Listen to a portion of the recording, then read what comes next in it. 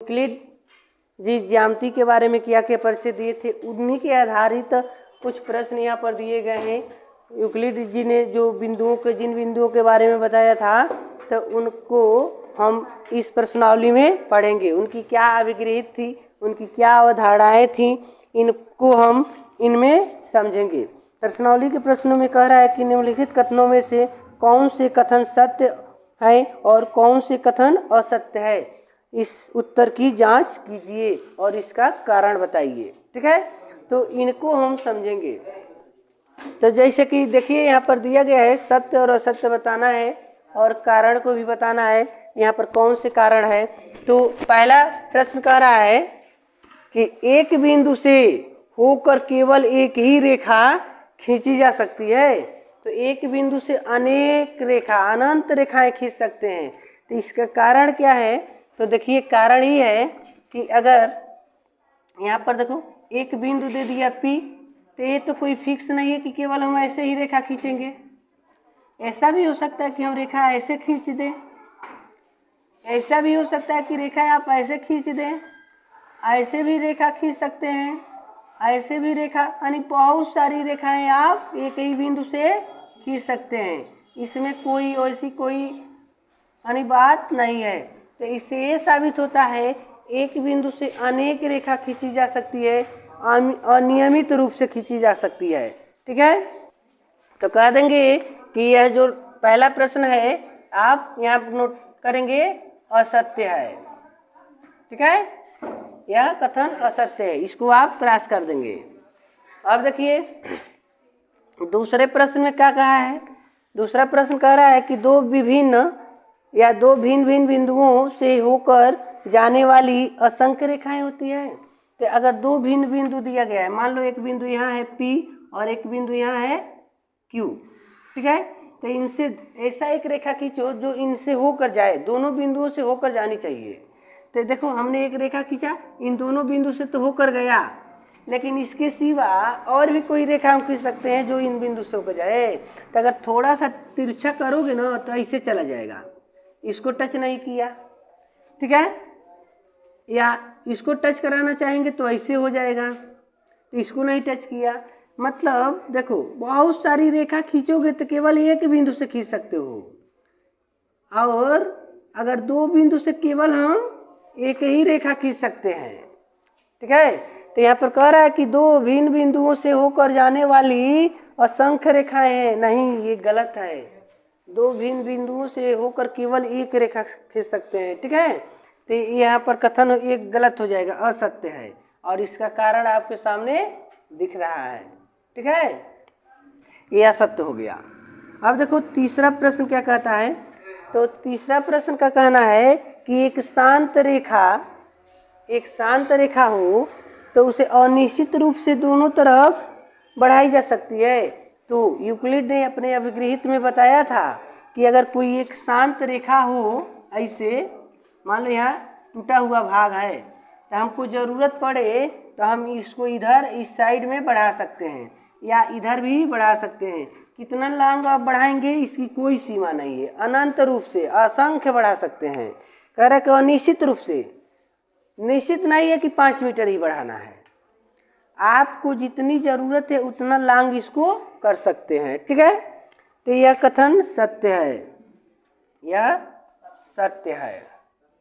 ठीक है, उसके बाद यह कह रहा है कि यदि दो वृत्त बराबर है, एक मान लो कंगन आप ले लिए, तो एक या चूड़ी है, तो एक चूड़ी के ऊपर दूसरा चूड़ी रख लो, तीसरा चूड़ी रखते जाओ, बहुत सारे चूड़ी आप नीचे ऊपर रखते गए। जैसे कि देखो ऐसे चूड़ी रखते जाओ, ठीक है, ऐसे चूड़ी रखते गए, तो कब ऐसे रख सकते हैं चूड़ी के ऊपर चूड़ी, जब दोनों चूड़ी आपस में बराबर हो। अगर एक बड़ा एक छोटा होगा तो एक दूसरे के ऊपर रखोगे तो उसको पूरा नीचे गिर जाएगा, ढक नहीं पाएंगे। तो ऐसा कब होगा, जब इनकी त्रिज्याएं आपस में बराबर होगी। तो प्रश्न करे यदि दो वृत्त बराबर है तो उनकी त्रिज्याएं बराबर होती हैं, तो ये भी कथन सत्य है। ठीक है, ये कथन सत्य है, उनकी त्रिज्याएं आपस में बराबर होती हैं। बट अब पांचवें प्रश्न में कह रहा है कि अगर रेखा दी गई है तो उनको अब देखिए पांचवा क्या कह रहा है, पांचवा में कह रहा है कि यदि ए बी बराबर पी क्यू और पी क्यू बराबर एक्स वाई हो तो ए बी और एक्स वाई बराबर होगा। ये इसका मतलब क्या है, यहाँ पर दिखाते हैं आपको, इसको हटा दो। यहाँ देखो कि कह रहा है कि ए बी जो है, यहाँ देखो ए बी जो है पी क्यू के बराबर है। कहा है कि ए बी रेखा पी क्यू रेखा के बराबर है, यानी ए बी बराबर पी क्यू। ठीक है, अब फिर से कह रहा है कि पी क्यू जो है पी क्यू बराबर है एक्स वाई के, हाँ एक्स वाई के। चलो मतलब आई राम है, आई श्याम है और मोहन। चलो तो कह रहा है कि ए बी बराबर पी क्यू। अब इसका नाम बदल रहे हैं, ए बी राम माने है ना, देखो राम बराबर है पी क्यू यानी श्याम के। यानी राम और श्याम मित्र हैं सब। राम अपनी सभी बातों को श्याम से कह देता है, लेकिन श्याम बहुत चतुर है। क्या, देखो यहाँ कहा गया है कि P Q X Y, P Q किसके बराबर है, एक्स वाई के, यानी या इसके भी बराबर है। मतलब श्याम मोहन से भी मिलता है, श्याम बराबर मोहन। तेकर मतलब देखो यहाँ श्याम जो है राम से भी बात करता है और श्याम मोहन से भी बात करता है। राम अगर कोई बात श्याम से कहा होगा तो श्याम वो बात सुन के सब मोहन के सामने जाकर उगल देगा, सब कह देगा, गोपनीय बात को लपो छपो में कर रहा है, झगड़ा लगा सकता है। तो देखो राम अपनी बात श्याम से कहा और श्याम सब बात राम के सुन के जाकर मोहन से कह दिया। एक मतलब राम, तो उसी प्रकार देखो ये दोनों में है ना यह, तो इसको हटा दो, यानी लिख सकते हो समीकरण 1 और 2 से क्या, यानी इसको जब हम क्रॉस कर देंगे तो बच जाएगा ए बी बराबर एक्स वाई, ए बी बराबर एक्स वाई, यह इसके बराबर होगा। यह क्या है, कथन सत्य है। ठीक है, ये कथन सत्य हो गया। इस प्रकार जो पहले में 5 प्रश्न दिए थे सत्य और असत्य के लिए, इस प्रकार आप सॉल्व कर सकते हैं। ठीक है, अगला हम देखेंगे कि कुछ ऐसे विकल्प दिए गए हैं, कुछ नंबर पॉइंट करके दिए गए हैं। कह रहा कि इस निम्नलिखित पदों में से प्रत्येक की परिभाषा दीजिए। कुछ पद दिए गए हैं, तो निम्नलिखित पदों में से प्रत्येक की परिभाषा दीजिए। कह रहे हैं कि क्या इनकी कुछ ऐसे पद हैं, कुछ ऐसे पद हैं जिनको परिभाषित हम कर सकते हो, और परिभाषित करने के लिए कुछ सिंबल हो, तो वे क्या है और कैसे आप परिभाषित कर सकते हैं ये बताइए। आप इसको कैसे डिफाइन कर सकते हैं उसको बताना है। ठीक है, तो पहला कंडीशन में दिया है समांतर रेखाएं, उसके बाद दिया है लंब रेखाएं, उसके बाद दिया है रेखाखंड, वृत्त की त्रिज्या, वर्ग, ये सब क्या है इनको हमको सीखना है। ठीक है, तो समांतर रेखा यूक्लिड की जो अवधारणा थी, यूक्लिड ने जो बताया था इसके पहले कि अभिगृहित में कि ऐसी दो रेखाएं, यानी देखिए अभिगृहित अवधारणा 5 में दिया है कि जब दो रेखाओं को कोई तिर्यक रेखा प्रतिच्छेद करती है, दो रेखाओं को जब तिर्यक रेखा प्रतिच्छेद करती है, ऐसे दो रेखाएं हैं, ठीक है, आप कोई तिर्यक रेखा प्रतिच्छेद करती, तो एक ही तरफ देखो, इस साइड में देखना है, एक ही तरफ के अंतःकोण अगर इसका योग इन 1 2 3 4 ऐसे नंबर दिए हैं, तो देखो एक साइड का अंतःकोण कौन करें, 1 2 है, अगर 1 और 2 को जोड़ते हैं और इनका योग 180 से छोटा हो गया, तो इन रेखा को हम आगे तक बढ़ाते हैं कि कहीं ना कहीं एक दूसरे को प्रतिच्छेद कर देती है। तो इसका ये मतलब है कि समांतर रेखा नहीं है। अगर इन दोनों रेखाओं को आगे बढ़ाने पर एक दूसरे को काट दे तो इसका मतलब कि वो समांतर नहीं है, वो झगड़ालू रेखा है। और इस साइड देखो तो अगर इन्हें काट रही है क्योंकि 180 से छोटा है, तो 4 और 3 को जब जोड़ेंगे तो इसका ये मतलब है कि इसका योग 180 से बढ़ाना है। अगर ये 180 से छोटा होगा तो इस साइड का 180 से बड़ा होगा। तो इस रेखा को जब हम आगे तक बढ़ाएंगे तो ये एक दूसरे से दूर हटती हुई आगे चली जाएगी, ये कहीं एक दूसरे को प्रतिच्छेद नहीं करेगा। तो ये कंडीशन था। लेकिन अगर यही एक रेखा किन्हीं दो रेखाओं को ऐसे काट दे कि इनको और इनको जोड़ने पर 180 के बराबर हो जाए, 1 2 3 4। अगर 1 को और 2 को हम ऐड कर लेते हैं और सीधे 180 दिखा दे, 4 और 3 को इस साइड रेखा की इस साइड का 4 प्लस 3 को ऐड करते हैं कोणों, दोनों कोण को, ये भी 180 के बराबर हो गया। तब कहना है कि ये दोनों रेखा समांतर रेखा है। उसको आगे तक हम बढ़ाएंगे, वो कहीं प्रतिच्छेद नहीं करेगी, कहीं अपने आप से दूर नहीं हटेगी, ठीक है, तो समांतर रेखा कहलाएगी। यानी कहने का तात्पर्य है कि ऐसी दो रेखाएं जिनको अनंत तक बढ़ाने पर वो न एक दूसरे को प्रतिच्छेद करती है, न एक दूसरे से दूर हटती है, ठीक है, यानी उनके बीच की दूरी सदैव बराबर होती है। तो उन रेखाओं को क्या कहते हैं? समांतर रेखा कहते हैं। यानी अगर ये दोनों समांतर रेखा है तो इसको हम आगे तक बढ़ाते चले जाएंगे और ये कहीं न एक दूसरे से सटेगी और न एक दूसरे से हटेगी। इनके बीच की दूरी जितना होगा, अगर यहाँ मापें तो उतना ही इनके भी बीच की दूरी होगी। अगर यहाँ यच है तो यहाँ भी यच होगा। यहाँ अगर मापने का काम करें तो यहाँ भी यच ही होगा। तो कहेंगे कि ये समांतर रेखा है, ठीक है। तो देखिए तो यहाँ पर यानी हमने नोट कर दिया परिभाषा इसका कि ऐसी दो रेखाएं जो एक दूसरे से कभी नहीं मिलती हैं और उनकी बीच की दूरी सदैव समान होती है, समांतर रेखा कहलाती है। यानी दो रेखा आगे जाए, आप कबो एक दूसरे से मिले मत, ठीक है, तो उनको क्या कहेंगे? समांतर रेखा कहेंगे। लेकिन ऐसा नहीं कि दूर जाए मिले ना तो बिखर भी जाए, ऐसा नहीं होना चाहिए। दूर भी ना जाए, मतलब एक दूसरे से दूर नहीं हटना चाहिए। मतलब कैसे होना चाहिए? यानी ऐसे एक लाइन हमने लिया, रेखा का नाम है ए बी, और दूसरी लाइन हमने लिया ऐसे, रेखा का नाम हो गया ए बी और सी डी। तो देखो और भी हम चाहे कि इसको आगे हम बढ़ा सकते हैं, जितना मर्जी उतना बढ़ाते जाओ, लेकिन एक दूसरे से सटना नहीं चाहिए। जैसे सटा तो दुर्घटना घटा। रेल की पटरी जैसे होती है, तो अगर वो सट जाई तो ट्रेन तो मतलब गिर नहीं जाएगी, पटरी से उतर जाएगी, दुर्घटना नहीं घट जाएगा। तो इसलिए ट्रेन की जो पटरियाँ होती है, अगर ट्रेन की पटरियों के बीच में यहाँ मान लो अगर दूरी माप रहे हो कि इनके बीच में कितना चौड़ाई है, तो अगर यच है तो यहाँ अगर मापेंगे तो यहाँ भी यच होना चाहिए।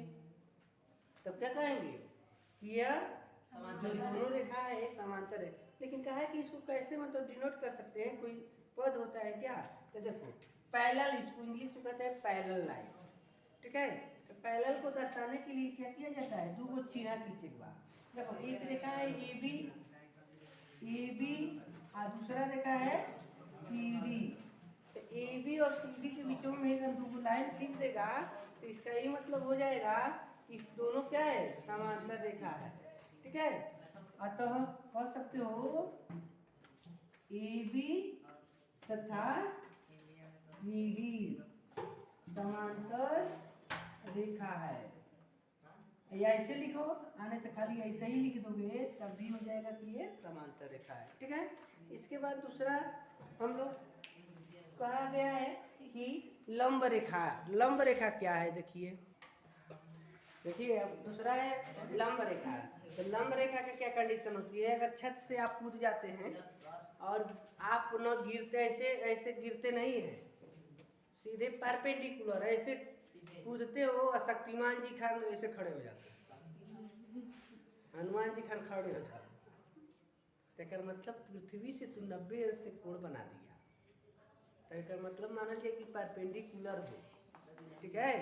अगर मान लो दीवार बनाई जाती है तो बीम डाला जाता है, तो जो पिलर डाले जाते हैं मकान बनाते समय, तो जो फर्श होता है उससे परपेंडिकुलर होता है, या फर्श से जो दीवारें होती हैं वो परपेंडिकुलर होती हैं, यानी लंब रेखा होती है। कैसे? जैसे देखो, अगर एक लाइन है हमारे पास और ऊपर से कोई ऐसी रेखा आ गई तो ऐसे पड़ गई इस पर, तो रेखा तो था हमारे पास ए बी,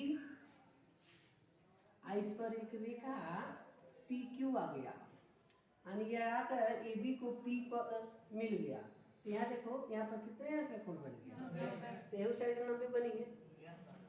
अगर मान लो कोई छत से गिर रहा है, ऐसे आया, ऐसे मतलब यहाँ पर आया लेकिन ऐसे खड़ा नहीं हो पाया, आते आते में गिर जाते हैं, तो गिरना नहीं है, आपको छत से कूदना है, छत से कूदना है और एकदम खड़े रह जाना है, तो माना जाएगा कि आप परपेंडिकुलर यानी लंब रेखा खींचे गए। तो लेकिन कूदना नहीं हमारे कहने पर, नहीं तो चेक करने लगोगे कि तेरे सर जी कहे हैं कि परपेंडिकुलर रह जाओगे, तो अब पैरे में खत्म हो जाएगी, अगले दिन से पढ़ने ही नहीं आओगे, ठीक है। नहीं, ऐसा कोई प्रैक्टिकल नहीं करना है बाबू कि बेचैनी छा जाए। तुमको तो चाहिए करेगा, तेरे मम्मी पापा सबको छा जाएगी, भर्ती कराएगा। चलो, तो ये जो होता है एक लंब रेखा कल जाने, ठीक है। तो एक मान लो पी क्यू एक नाम है, इसका नाम दे देते हैं आर एस। तो इसको कैसे पता करोगे, डिनोट करोगे, तो देखो पी क्यू पर आर एस क्या है, आर एस रेखा पी क्यू पर लंब है, पी क्यू, तो आर एस लंब है पी क्यू पर, तो लंब है यानी लंब रेखा ना है, तो लंब का ये सिंबल है, हेरन बना दोगे तो मनाई कि लंब है। हिंदी में लिखो लंब रेखाएं, अच्छा है लिखा था कि लंब पी क्यू पर है, इसको क्या लिख दोगे, Q P perpendicular A B, ठीक है। तीन का परिभाषा का है, यहाँ लिख दिए है ना हम पहले से। ऐसी दो रेखाएं जो एक दूसरे पर, दो रेखा होना चाहिए लेकिन एक दूसरे के ऊपर, यानी सुतल नहीं रहे सब, एगो सुतल रही एगो खड़ा रहे, यानी एगो सूत जाई एगो लतियाई, लाते से मान लो मसाज करवा रहा है, मसाज कराते नहीं है सब, कभी कभी कहते हैं सब बाबू अगर तुम लोग की जरूरत पड़ जाए तो मसाज हम भी कर देंगे भाई, ठीक है। देखो इधर, तो यहाँ ये जो रेखा है परपेंडिकुलर है, ये क्षैतिज है, ये लंब 90 का कोण बना रहा है। कह रहा कि ऐसी दो रेखाएं जो एक दूसरे पर इस प्रकार खड़ी रहती हैं कि उनके बीच का कोण एक समकोण होता है। देखो इस रेखा के बीच में एक समकोण नहीं बना है, तो ऐसी रेखाओं को लंब रेखा कहते हैं। जब दो रेखाओं के बीच में 90 अंश का कोण बनाई है तो समझ जाइए कि लंब रेखा है, ठीक है। बस इतने बतिया है। देखो अगला, देखो अगला है रेखाखंड। तो देखिए, तो यहाँ पर दूसरे का तीसरा है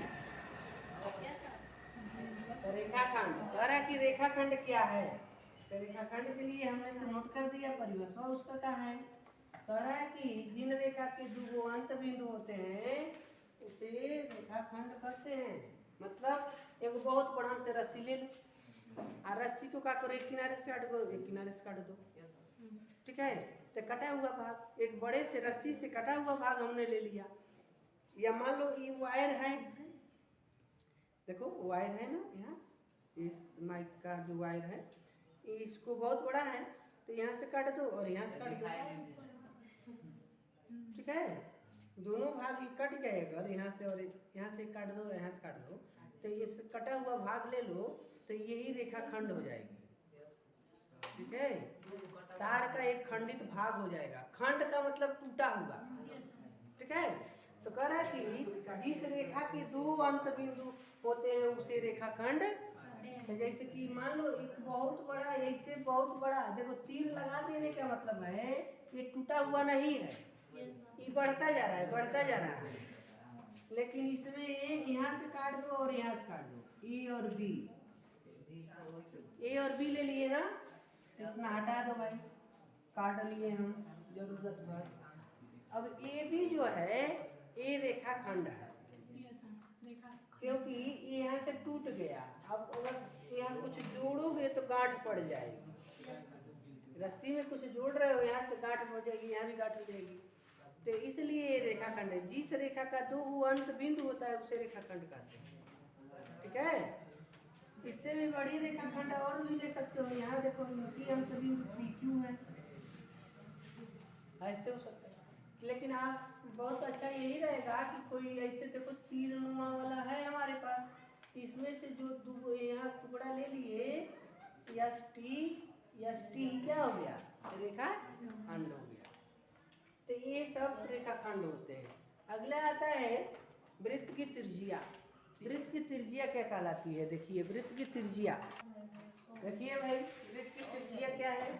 तो यहाँ पर हम लिखेंगे वृत्त की त्रिज्या, चौथा है नंबर 4, वृत्त की त्रिज्या। ठीक है, तो इसमें क्या होता है, यानी आपको समझना चाहिए कि वृत्त के केंद्र, अगर वृत्त बनाना जान लेते हो तो लिख सकते हैं वृत्त के केंद्र तथा परिधि के बीच की दूरी त्रिज्या कहलाती है।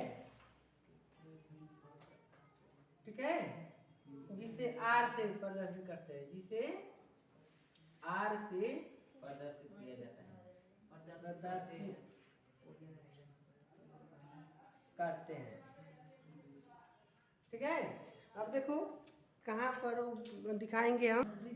देखो यहाँ पर एक वृत्त है, इसका केंद्र यह है, केंद्र को ओ से डिनोट कर दिए, यानी लिख देंगे केंद्र, मतलब यहाँ पर नोक रख के और चाप रख के यानी वृत्त बनाया गया है लंगड़ा प्रकार के माध्यम से, तो इसको कहते हैं केंद्र। और जो है किनारों है ना जी, इनका नाम है परिधि। ठीक है, तो डिफरेंशियल क्या लिखा है, वृत्त के केंद्र और परिधि के बीच की दूरी, यानी ये गान मिला दो उसको। तो है जितना, मान लो यहाँ ओ आई का नाम ए दे दिया जाए या चाहे पी लिख दे, तो इनके बीच की दूरी क्या है, आर हो गई, यानी जिसे कहेंगे त्रिज्या। ठीक है, या रस्सी से बनाए हो, जैसे चूड़ी होता है, कंगन होता है, तो वो भी तो एक वृत्त होता है। तो उसको बनाने के लिए कोई सांचा बनाया गया होगा जिसका केंद्र एक निश्चित रहा होगा। तो कंगन का जो सिरा होता है वो परिध होते हैं, उसके बीच में कहीं पॉइंट उसका रहा होगा जो केंद्र कहलाता है। तो आप समझ जाएंगे कि वृत्त के केंद्र और परिध के बीच की जो दूरी होती है उसे हम त्रिज्या कहते हैं। जो नहीं समझता है वो भी समझ जाए। अगला देखो, अगला कह रहा है कि वर्ग क्या है। वर्ग को देखिए, अब इसका पांचवा है वर्ग। वर्ग क्या है, वर्ग। तो आप वर्ग का डिफिनेशन बहुत आसानी से नोट कर सकते हैं। क्या होता है इसका डिफिनेशन, एक ऐसी बंद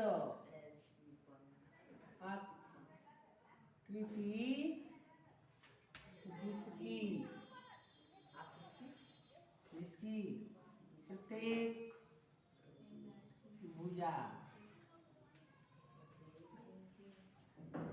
आकृति जिसकी प्रत्येक भुजा आपस में बराबर हो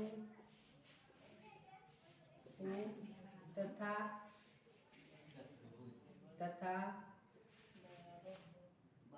उसका प्रत्येक कोण 90 अंश का हो। उसे वर्ग कहते हैं। अब देखो यहाँ पर हमने नोट किया कि आकृति, ठीक है, तो जो आकृति बताए हैं हमें, तो आप ऐसे कह देते हैं कि एक ऐसी जहाँ बंद आकृति है वहाँ लिख सकते हो चतुर्भुज, या एक ऐसा चतुर्भुज जिसकी प्रत्येक भुजा आपस में बराबर हो। तो इतना आप निगलेक्ट करके लिख सकते हैं चतुर्भुज, तो भी सही है। बंद आकृति लिखे तो भी सही है, ठीक है, उससे आप कंफ्यूज नहीं होंगे। अब देखो चतुर्भुज आप मान लीजिए ऐसे बना लिए चतुर्भुज, तो ए बी सी डी, तो प्रत्येक की लंबाई ए लिख दिया जाए। अगर ए और प्रत्येक कोण सम को ऐसे हो तो आप कहेंगे कि यह वर्ग है। क्या है? वर्ग है। तो इसका जांच करने का आसान तरीका है, तो ए बी बराबर बी सी बराबर सी ए बराबर ए डी, ए है, इसकी भुजा आपस में बराबर है, इसलिए क्या है? क्या ये वर्ग है। वर्ग को ऐसे ही देखेंगे। तीसरा प्रश्न अब देखेंगे हम।